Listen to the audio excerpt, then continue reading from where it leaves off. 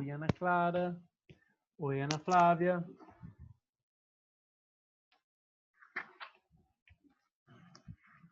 Bom dia, bom dia, bom dia, bom dia, bom dia, bom dia.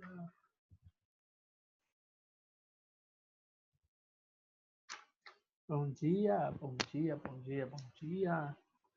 Bom dia, Maria, Eduarda, Camila. Estão todos bem, graças a Deus? Nesse dia chuvoso, nesse dia que dá vontade de ficar só deitadinho. Bom dia, Amin. Bom dia, Ana Flávia. Você está bem? Eu tô joia, e você? A Fran já meio que... A Fran já falou com vocês que dia que vai ser a apresentação, né? Ah, acho que... Eu não sei se ela falou nada. Acho que ela não falou nada, não. É Acho que vai hoje? ser... Oi, bom dia, Lívia. Eu acho que é quinta, não é? Eu acho que é no horário gravado, daquele horário gravado que tem... Acho que é quinta... É amanhã, porque eu vou É estar amanhã no... mesmo. eu vou estar numa outra escola nesse horário. É amanhã mesmo. É. Então, bom dia para todos, bom dia para todos. Eu não vou fazer chamada hoje porque como isso aqui é uma aula extra, então eu não posso exigir, né, meio que a presença de todos, né? Mas eu tenho que fazer a presença do dia 4. Então, presta atenção, vou falar uma coisa para vocês, né? Todos será que já estão presentes? Falta tem um minuto, deixa eu colocar aqui. Falar aqui.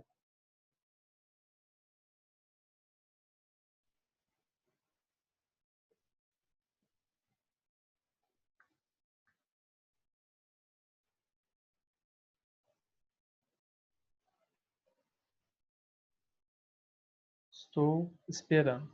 Pronto. Bom dia, Vinícius. Então, pessoal, presta atenção.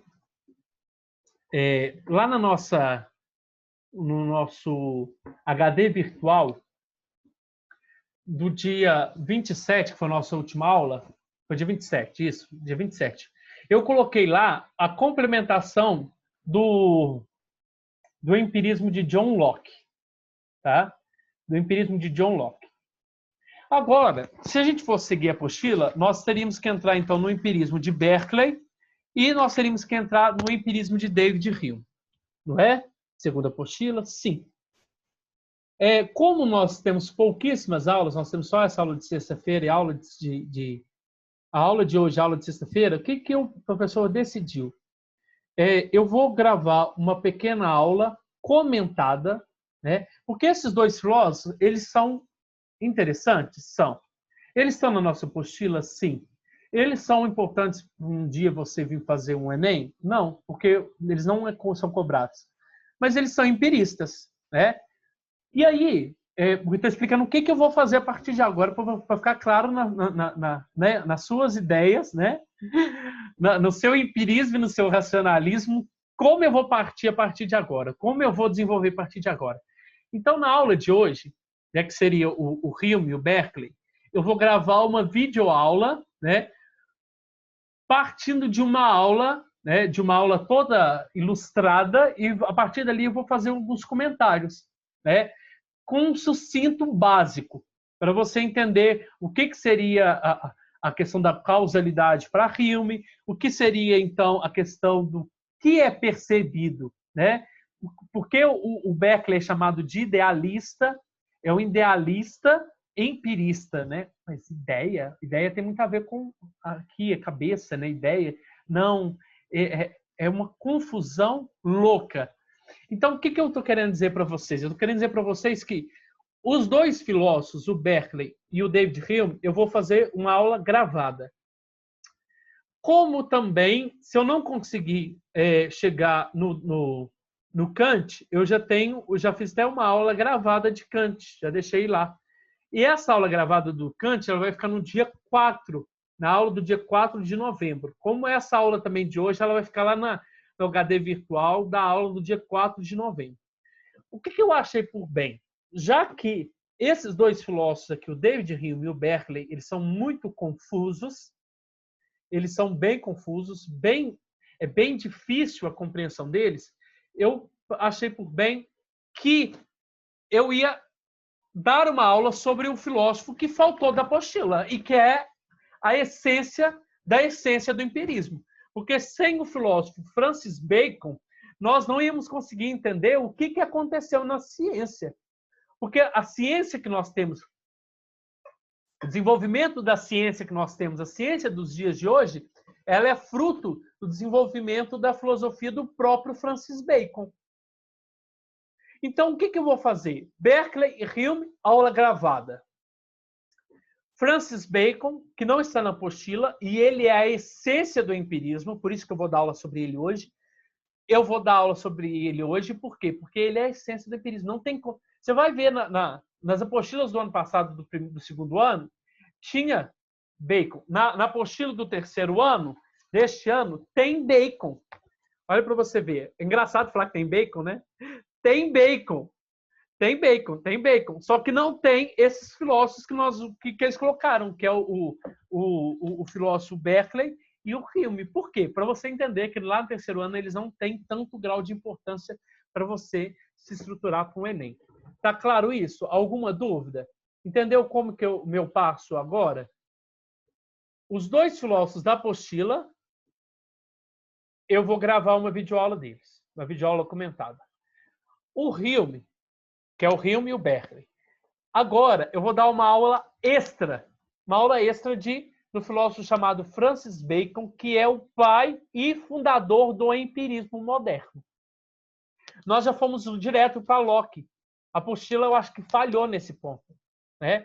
E terceiro, a aula do filósofo Kant, se der tempo, eu vou introduzir ela hoje. Se não der tempo, eu já começo ela sexta-feira, tá? E eu tenho uma complementação dessa aula sexta-feira. Tranquilo? Alguma dúvida? Algum questionamento? Alguma contestação? Tranquilo, amigo. Tranquilo, Rafael? Eu fico preocupado com isso, porque, tipo, ai, professor, é o primeiro ponto que eu vou dar que não é da apostila. E aí eu fico preocupado de vocês falarem, nossa, ele está desviando do assunto. Não. Eu acho que a apostila falhou não colocando o Francis Bacon e colocando esses dois aqui que não tem nada a ver. Me desculpa, tá? Falar isso, tá? Mas o que o Wesley vai cobrar na prova? O Wesley vai cobrar na prova aquilo que eu estou dando em aula presencial, por exemplo. Na última aula, eu vou cobrar no provão Descartes. Eu cheguei a cobrar muito pouco de Descartes, não cheguei? Né? Eu vou cobrar Descartes. Tá. Eu vou cobrar Descartes. Né? Eu vou cobrar o Locke. Vou cobrar alguma questão ou outra do Francis Bacon ou do Kant. Tá? Eu não vou prejudicar vocês de forma alguma, tá?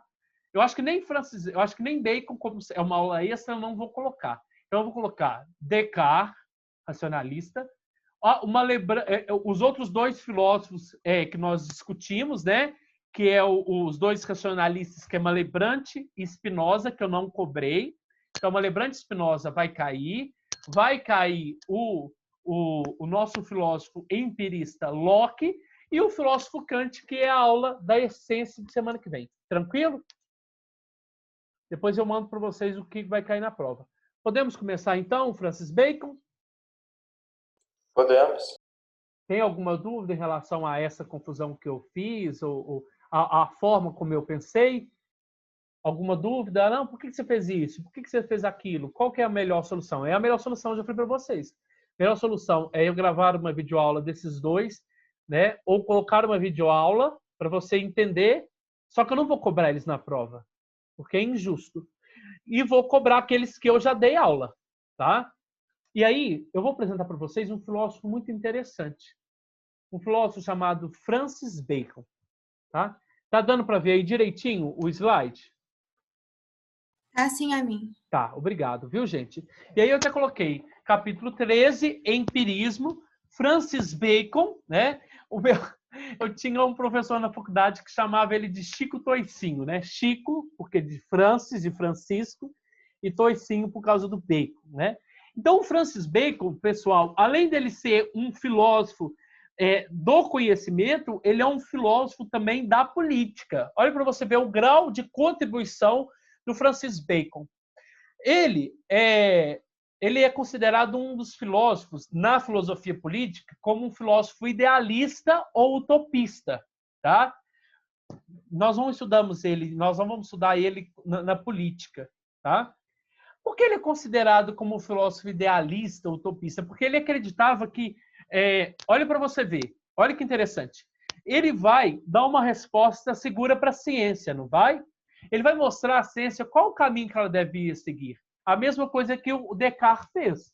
O Descartes mostrou qual o caminho que a ciência deveria percorrer. E o Francis Bacon também vai mostrar para nós o mesmo caminho, né? Peraí, eu acho que eu compartilhei a tela errado. O mesmo caminho que a ciência deveria percorrer. Só que o caminho que ela deveria percorrer é um caminho empírico e não um caminho racional, tá? É um caminho que parte das experiências, tá certo? Alguém fez uma pergunta aqui para mim, para ele no bate-papo? Deixa eu ver o que é.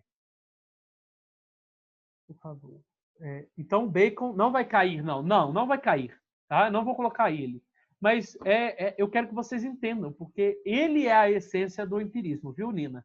Tá? E eu vou mostrar para vocês depois o que vai cair. Depois eu vou publicar para vocês o que vai cair. Mas o que vai cair é aquilo que eu já falei para vocês, né? Os três filósofos racionalistas, né? Eu não sei se vou colocar Descartes ainda, mas vou colocar o empirista John Locke e vou colocar, se eu chegar então no filósofo Kant, eu vou colocar sobre o que seria a revolução copernicânica de Kant, né? Quais são as duas fases de Kant, a pré-crítica e a pré-crítica e a crítica, tá? É bem aquela introduçãozinha mesmo. Então, fique tranquilo que eu não vou fazer sacanagem com ninguém, tá? Eu tô aqui para somar e não para diminuir, tá certo? Então, para a gente entender, então, Francis Bacon, voltando novamente àquela ideia que eu falei para vocês, o Francis Bacon, travou. Tá. O Francis Bacon, ele queria dar uma resposta para a ciência, né? Só que como o Descartes deu uma resposta para a ciência de uma maneira racional, o Francis Bacon vai dar a partir das experiências, partindo das experiências. E se você for perceber, né, das experiências que estão aqui ao nosso redor. E se você for perceber, muito da ciência, o que nós temos como ciência hoje, parte então do método de Bacon. Tá? Voltando um pouco de Bacon como filósofo político, o Francis Bacon como filósofo político, ele é considerado um utopista, né? E também ele é considerado um filósofo idealista, porque ele imaginava uma forma diferenciada de fazer política, né? De governar. Como ele está voltado para a ciência, ele falava que para a sociedade desenvolver, né? Para a sociedade ser bem governada, né? Para ela aceitar bem o poder, quem deveria governar era uma espécie, né, um grupo chamado, que ele vai chamar de Casa de Salomão, a Casa de Salomão. E essa Casa de Salomão seria feita, né, seria constituída por cientistas. E os cientistas, então, que seriam os responsáveis, né, por governar a cidade. Agora, pensa nos dias de hoje. Essa sociedade que nós vivemos, a sociedade de pandemia que nós estamos vivendo. Seria ideal mesmo os cientistas governarem. Por que seria ideal? Porque os nossos políticos não sabem nada de ciência e só falam baboseira. Seria o ideal mesmo instituir, né, uma Casa de Salomão, uma instituição de Salomão aqui neste momento, né, para que os cientistas, aqueles que são preparados, né, controlasse e governasse bem a nossa sociedade, principalmente nossa sociedade nesse período de pandemia, tá? Então, seus estudos então contribuíram para a ciência moderna e a sua famosa frase, conhecer é poder. Né? Conhecer é poder. Aí até volta um pouco também dessa questão do poder como instituição, poder como poder político. Quem deve ter poder? Aquele que conhece. Então, Francis Bacon foi um filósofo político inglês e um dos fundadores do método indutivo de investigação científica. Tá? Então, o Rafael, lê para mim o que Bacon estava à procura. Bacon estava à procura de um método para contribuir para o avanço científico. Tá. Seu método? Seu método é conhecido como método empírico indutivo, que é um método que vai buscar o fundamento de uma ciência mais prática, lógica e objetiva, chegando a uma lei geral. Uma lei geral. O que seria essa lei geral? Seria uma conclusão de uma teoria. Né? olha para você ver, método empírico que parte das experiências e que vai lhe induzir às experiências, a partir das experiências, você analisando a experiência, ela vai lhe induzir uma resposta, ela vai lhe levar a uma resposta, que nós vamos concluir essa resposta chamando essa resposta de lei geral, né? Nós vamos citar vários exemplos daqui a pouco. Tem alguém me chamando aqui no bate-papo? Se alguém puder me interromper e falar, porque eu não consigo ler o bate-papo com a coisa aqui exposta, tá? Então, presta atenção. Então, o Bacon fala assim, ô Rafael, para você fazer ciência, Rafael, para você fazer ciência, Nina, para você fazer ciência, Ana, você tem que purificar a sua mente. Ele fala que nós podemos conhecer pela mente, mas a gente conhece pela mente é pelos sentidos. É pela experiência que os sentidos nos proporcionam. Então, lembrando que ele é empirista, tá? Então, peraí. Para a gente, então, fazer uma ciência segura, nós precisamos, então, passar por duas fases. A primeira fase é a fase de destruição e a segunda fase é a fase de construção. Então, Rafael, então, para né, você, como cientistas, nós precisamos fazer uma ciência segura, né? Uma ciência concisa, uma ciência que vai dar resultado? Sim, nós precisamos. Mas o que nós precisamos antes? Né? O que é necessário antes? Limpar a nossa mente. Né? Ele é o contrário do Locke. Locke falava que nós nascemos com o quê? Com a mente branca, com uma folha branca, né? Com uma tábula rasa, tudo em branco. E a partir do momento que nós vamos experimentando as coisas pelos sentidos, nós vamos arquivando, né, as ideias. Né? Na realidade, nós só temos ideias. As ideias primeiras, né, dos objetos e as ideias secundárias dos objetos. Né? E aí, o Bacon fala, nós já temos, né, as ideias dentro da nossa cabeça. Né? As ideias já estão na nossa mente. Mas para você fazer uma ciência segura, você precisa se livrar, né, de algumas ideias, né, que ele vai chamar de ídolos. Essas ideias, né, elas podem ser causa de erro para a nossa ciência. Então, ai meu Deus, eu preciso então, né, eu preciso fazer ciência? Preciso. Mas para mim fazer uma ciência, eu preciso purificar a minha mente de várias coisas. Do meu erro de linguagem, né? Do erro das linguagens vindas de outras teorias filosóficas, né? Do erro da minha própria natureza coletiva, de estar na coletividade, interpretar a coletividade. Então, para você fazer uma ciência segura, concreta, concisa, Rafael, você precisa fazer o quê mesmo? Deletar os ídolos. Você precisa afastar dos erros. Erros que partem da nossa própria natureza como humano e erros que partem da nossa realidade, do convívio com a realidade. Tá claro isso? Tá claro isso? Então, oi. Então, para que a gente consiga aprofundar esse método, a gente tem que meio que esquecer todos os nossos conceitos preconcebidos, nossos ídolos, nossas mentalidades, para que a gente consiga obter. Né? Sim, isso. Porque talvez você vai julgar uma ação, você vai fazer uma metodologia e, às vezes, você pode errar ali, né, na hora da resposta. Por quê? Porque está impregnado um erro em você, um erro de linguagem, né? Ou alguma coisa que você aprendeu de uma tradição passada e aí você fica preso. Nossa, não, eu não posso fazer isso porque a minha tradição ou a minha religião, né, ou aquilo que eu entendo, as leis, as normas, me dizem para não fazer. Né? Desculpa que o trem está passando sem eu permitir.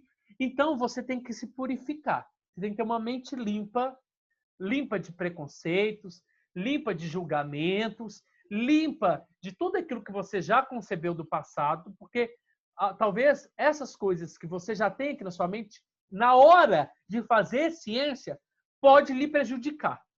Né? Pode dar uma resposta, um resultado não positivo. Tá? Então, assim, Francis Bacon sublima a necessidade urgente de substituir os métodos tradicionais das outras ciências, né, da linguagem, até da matemática, da da própria filosofia, das ideias que nós já temos da filosofia, nós precisamos afastar dessas antigas filosofias, né, para a gente conseguir fazer um método tranquilo, um método, né, que parte da interpretação, tá? E aí, a primeira fase de Bacon é a fase destrutiva, né? O que é essa fase destrutiva? Consiste em limpar a mente dos ídolos e de todas as falsas noções que eles invadiram o nosso intelecto humano. Então, primeira coisa, vou destruir, vou limpar, vou aniquilar todas aquelas ideias que eu já tenho, todos aqueles fundamentos que eu já tenho, todos aqueles sentimentos que já tenho, tudo aquilo que já está aqui presente, né? Todas as representações que eu já tenho na minha mente. Então, primeiro, eu devo apagar. Pagar o quê? Os ídolos. O que são os ídolos? São os erros, né? Erros que veio da nossa própria natureza, que já está impregnado em nós, talvez já está inato em nós, e erros que nós recebemos no contato com os outros, tá? Com o contato com os outros. Então, o que é um ídolo? Ídolos são erros enraizados, né, que já está aqui dentro, ou falsas noções que nós temos, ou falsos conhecimentos, ou um preconceito que você tem, né? Você não abre para o conceito, você julga ele antes, ou maus hábitos mentais, né? E esses ídolos estão tudo na nossa mente, só que a gente precisa aniquilar eles, tá? E aí, o nosso filósofo Francis Bacon fala que o primeiro ídolo que você deve deletar é o ídolo da tribo. Quando fala tribo, você pensa na coletividade.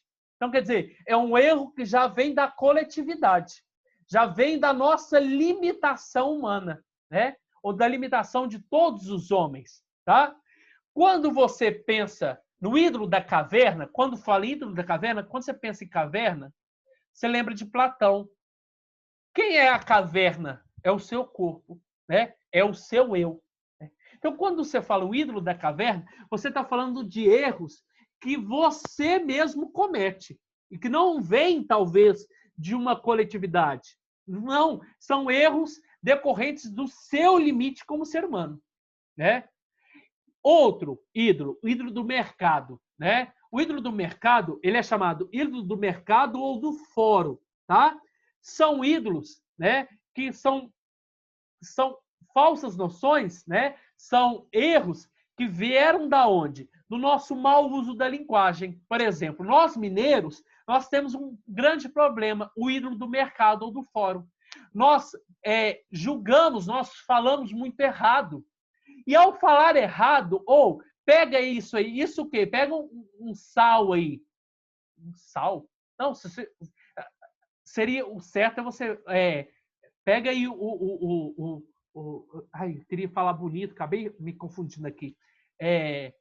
Pega aí o H2... Além de você falar assim, pega água, não, pega H2O. H2O é mais científico. Só que, às vezes, nós usamos vários apelidos, né? Para um objeto só. E esses apelidos que a gente coloca, na hora de fazer ciência, pode nos prejudicar. E os ídolos do teatro? Os ídolos do teatro são ídolos decorrentes da própria ciência, das outras ciências, né? Da matemática, da ciência biológica e até próprio da filosofia, dos próprios filósofos, né? Os filósofos, eles erram bastante. Então, tá claro isso? Então, primeiro, para mim fazer ciência, eu preciso destruir os ídolos. Destruir os ídolos, tá? E aí tem um quadro aqui que eu coloquei para vocês, né? O ídolo do tribo. Qual que é o da tribo? Qual que é a fundamentação? É você associar, né? Associar as coisas que estão na natureza. É uma coisa que vem da coletividade, né? Qual é o processo? Generalizar a partir de uma amostra diminuta, né? Você generalizar, por exemplo, eu chegar a contar uma história para vocês e você generalizar ela. Nossa, você aumentar ela, tá? Outro ídolo, o ídolo da caverna. O ídolo da caverna, qual é o fundamento dele? É associar uma coisa de outra pessoa que você associou, né? Uma coisa que eu falei, você associa, né, aquilo que eu te falei e generaliza ele? Não. O ídolo da caverna é parte de você, tá? Ele é individual. Mas como assim? É o inferir de forma irrefletida. É você partir do senso comum. É eu contar, é você ler uma reportagem, né? Só ler o cabeçalho da reportagem e achar que você já sabe toda a verdade da reportagem. E sai contando para os outros. Nossa, o cara foi morto. Né? O cara foi morto. Mas foi morto por quê? Você não sabe, porque você não leu a reportagem, aí você inventa. Ah, não, porque eu ouvi dizer lá no grupo de WhatsApp que ele foi morto porque ele brigou com o vizinho. Não foi, talvez não tenha sido. Você leu a reportagem? Não, não li. Então você é aquele achismo, né? É o senso comum, né? É aceitar as coisas, aceitar uma posição, aceitar uma norma sem antes questioná-la, tá? O ídolo do fórum do mercado, né? Qual é o fundamento dele? É a forma como a gente se comunica. É o mau uso da nossa linguagem, tá? E aí, qual que é o procedimento desse mau uso da linguagem? É distorcer a realidade mediante a nosso poder de retórica, né? Ou o nosso poder de convencimento, né? Então, você distorce a realidade porque você, por exemplo, Rafael, você consegue falar bem, né? Então, você distorce a realidade e faz os outros acreditarem naquilo que você está falando. Por quê? Porque você tem uma capacidade boa na fala, na capacidade boa de uma boa argumentação, na capacidade boa de convencer o outro, né? Você precisa se livrar disso também, né? Você precisa se livrar disso também, do ídolo, do fórum do mercado, porque na hora que você interpretar, né, você mostrar a ciência, você não pode ter preconceito nenhum. Você não pode distorcer a realidade. Você não pode ser igual ao nosso presidente, que virou e falou assim que a cloroquina era a única solução para curar o coronavírus. Né? E aí as pessoas que acreditam nele porque ele tem a capacidade da retórica, ele é bom na fala. São pessoas que às vezes estão dentro da caverna, são senso comum. Então, cuidado, né? Porque ao falar sobre ciência, ao você apresentar a sua teoria, você não pode ser uma pessoa persuasiva. Né? Você não pode fazer com que o outro acredite naquilo. Não, você tem que abrir a possibilidade de também ter outras visões. E o ídolo do teatro, né? O ídolo do teatro é o ídolo da crença, né? É você acreditar, né? E impor uma visão. Não, que a minha visão católica está certa. Não, porque a minha ciência está certa, a sua ciência está errada, né? Tá claro esse primeiro momento? Então, você precisa se livrar. Livra-se. Livra-se do mau uso da linguagem, livra-se dos seus preconceitos, livra-se do seu senso comum, livra-se da sua autoridade, da fala, do poder de convencer o outro. Você precisa livrar disso aqui tudo, ter uma cabeça aberta para você fazer ciência, tá? E aí, depois que por você... Amin, Oi. desculpa te interromper, mas aí no caso tem que livrar desses ídolos, desses erros, para chegar a um certo tipo de conhecimento? Para a gente mostrar para a ciência, para a gente ajudar a ciência a encontrar uma resposta real. Por exemplo, a uma resposta do coronavírus, né? Se eu ficar com essa ideia de que a cloroquina é a única salvação, nós não vamos partir para as outras soluções que os Estados Unidos estão estudando, que a Rússia está estudando, que outros cientistas estão estudando. Tá entendendo? Se você ficar só nessa tradição, né, nesses ídolos, que é só eles que detêm a verdade, que é só isso que detém a verdade, você não abre possibilidade para fazer ciência.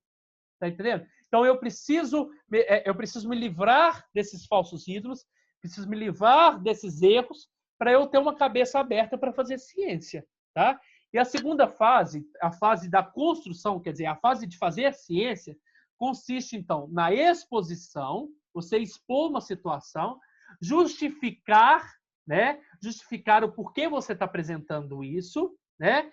E fazer experimentos para você conseguir entender, né, qual vai ser a resposta certa. Então, nessa segunda fase, meus queridos, minhas queridas, nessa segunda fase é o fazer a ciência, tá? Tá claro isso? Então, no primeiro momento destrutivo, eu preciso livrar minha mente desses ídolos, desses erros. Segundo momento, respira. Agora que eu tô totalmente livre, né?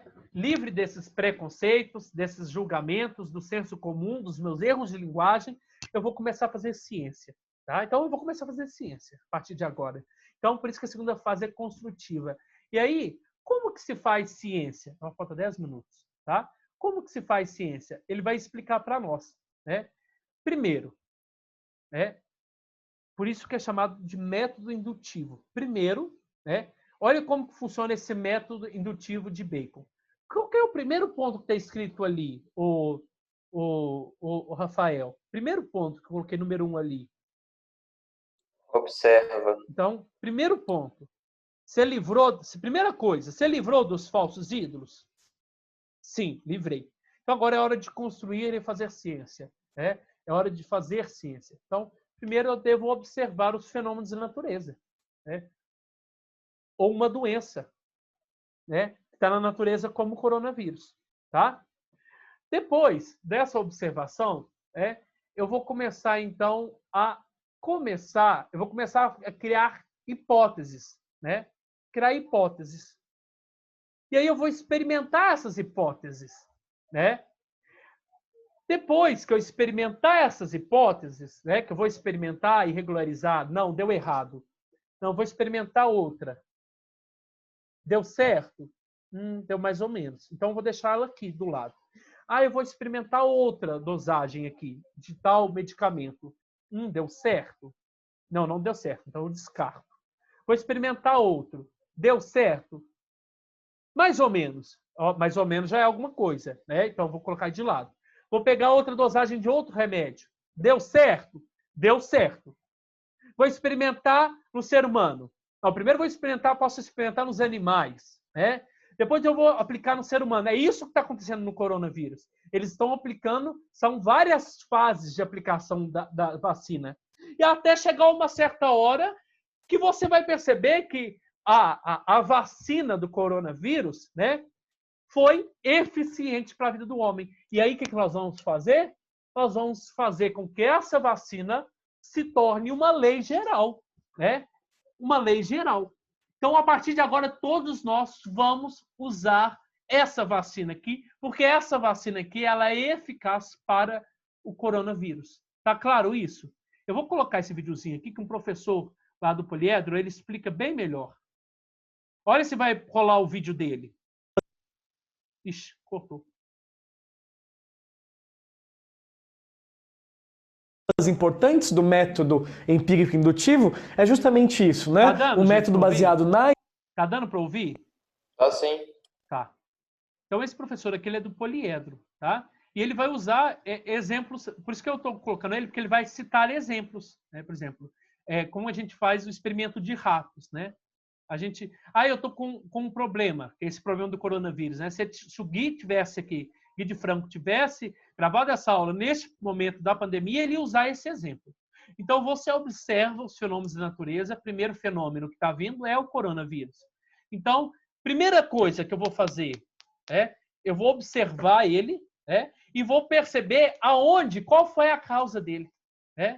Depois, eu vou perceber aonde ele está situado, em que maneira, de que maneira essa doença afeta, quem ela afeta, tá? E aí, eu já tenho um histórico dela já. Eu já me livrei dos falsos ídolos, eu tenho um histórico. E a partir desse momento que eu já tenho um histórico, sabendo quando, como, por quê, o que ela afeta, eu vou começar, então, a procurar soluções para ela. Soluções. Aí eu aplico uma solução, deu errado. Eu aplico duas, a segunda deu errado. Aplico a terceira, deu mais ou menos. Aplico a quarta, até eu, então, generalizar. O que é generalizar? Encontrar uma resposta real, irracional, mas que partiu da minha experiência sensitiva, empírica sensitiva, para, então, eu concluir e fechar, o exemplo da coronavírus. Ou melhor, da vacina do coronavírus. Tá? Deixa eu... experiência que vai ser induzida para a gente tentar testar os resultados. E vocês devem perceber, né, alunos, que é muito parecido com o que a gente faz hoje em dia no laboratório. Primeiro você quer estudar um fenômeno. Aí, gente, vocês que dão aula teve aula de laboratório, tem aula de laboratório, vocês entendam isso direitinho. Ó. Eu não tive aula de laboratório. Vocês que têm aula de laboratório com a Fran, com o André Chagas, vocês entendem e vão entender que esse método usado no laboratório é o método de Bacon. tá? Esse fenômeno não acontece mais naturalmente, ele já aconteceu, mas você tenta induzi-lo em laboratório para tentar estudá-lo. Você não espera acontecer de novo. É justamente esse o objetivo da indução. Você induz uma experiência, você observa esta experiência, você analisa para ver se existe alguma regularidade que vai aparecer, algum resultado regular. Então, por exemplo, eu vou ver um fenômeno, sei lá, eu vou aplicar um remédio, testar um remédio novo num ratinho. Um calmante. E aí eu pego um rato, aplico e vejo o que acontece. O rato morre. Depois eu aplico de novo, o rato morre. Quer dizer, está tendo uma regularidade aí, o rato está morrendo, então talvez a dose esteja errada. Eu vou interpretar isso e vou tentar mudar a dose. Aplico no rato, não acontece nada. Aplico em outro, não acontece nada. Então a dose talvez esteja aí um pouco mais baixa do que o esperado. Eu vou fazendo isso até achar um resultado que me agrade, eu analiso esse resultado e aí sim eu lanço uma dose segura, generalizando, criando uma lei geral para aplicação daquilo que eu estou estudando no laboratório. Então, assim, isso é muito legal na ideia do Francis Bacon. É uma forma segura da gente tentar compor o nosso conhecimento, chegando em leis gerais a partir da experiência, da observação e da análise. Então esses passos são importantes para a gente entender como Francis Bacon ele fundamentou aí a nossa ciência moderna. Entendeu isso que ele quis dizer? É isso aqui, é propriamente isso aqui, ó. Observou, né? Logicamente, por isso que é induzir. Induzir quer dizer, você vai no laboratório, você vai induzir um experimento, né? É um fenômeno que já aconteceu na natureza, acontece na natureza. Só que se na ciência, né, lá no seu laboratório, você vai induzir ela acontecer, né? Você vai induzir. E aí você vai, a partir da indução, né? Da indução desse fenômeno, você vai começar a observar ele, né? Observou, né?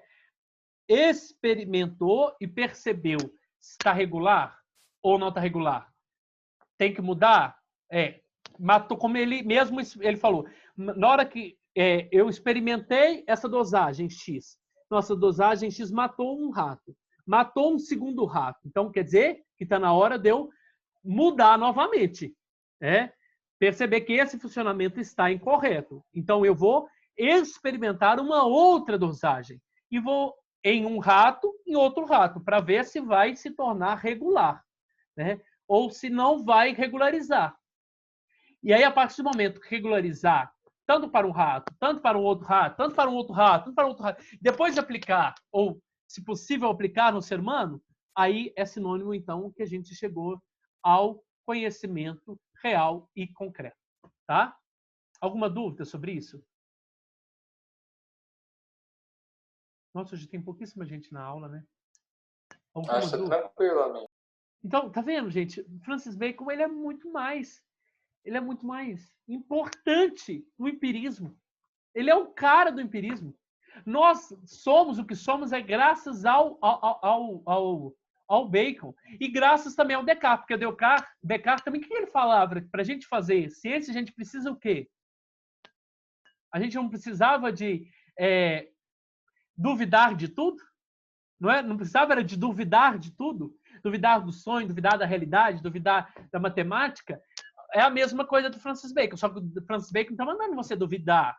Ele está mandando você cortar. Porque o seu eu pode, né? A sua limitação como humano, tanto como humano individual, tanto que parte da coletividade, tanto do discurso racional, do discurso dos outros, tanto da ciência, tanto da filosofia, né? Tanto do mau uso da linguagem, isso pode lhe prejudicar na hora de fazer ciência. Isso pode lhe prejudicar, né? Pode te prejudicar no sentido de colaborar para a coletividade, tá certo? Então, Kant não. Bacon não é duvidar, é cortar, é destruir para construir, tá? Descartes, duvidar para construir. E a única certeza que nós temos para Descartes é a do cogito. E hoje nós temos as certezas, né, graças ao Bacon, ao método de Bacon. Muito obrigado pela presença de todos. Fiquem com Deus. Um grande abraço, tá? Alguém quer falar alguma coisa? Obrigadão, viu, amigo? Tá? Qualquer coisa, qualquer dúvida, pode me chamar lá no particular. E eu vou Obrigada, colocar as aulas Obrigada, Mi. Tchau, gente. Essas aulas que eu tô devendo, vou colocar lá no coisa, tá? Lá no Fechou. P+, no HD virtual, tá? Gente, fiquem com Deus. E sexta-feira é Kant, tá? Sexta-feira é Kant, não falte. Porque Kant é essencial, tá?